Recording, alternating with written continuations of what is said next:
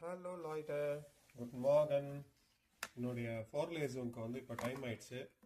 ஃபார்லேசூன் பெடாய்டட் lectures, யூனிவர்சிட்டியில் லெக்சர்ஸ்க்கு time ஆகுது.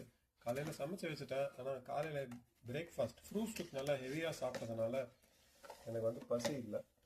அதனால் ரெண்டு ப்ரோட் மட்டும் ஷாபர்தாஸ் ப்ரோட் கெட்டோஸ்டட் நேற்றுக்கு பார்த்தோமா.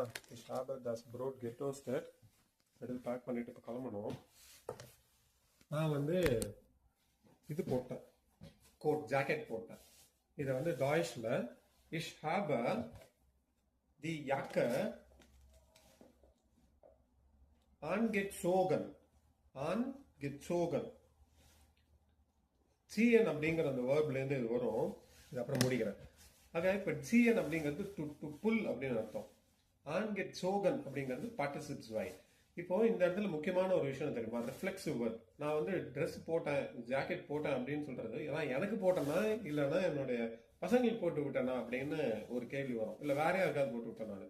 அதனால தான் இங்க ரெஃப்ளெக்சிவ் வேர்ட் வச்சு நான் யாருக்கு போட்டேங்கிறத தெளிவாக சொல்லுவோம். டாட்டிவ்ல இஷ் ஹாப எனக்கு அப்படிங்கிறதோடைய டாட்டிவ் ஃபார்ம் என்ன? இஷ் மிஷ் மியர்.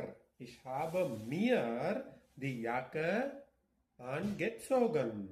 Deutsch ist sehr einfach.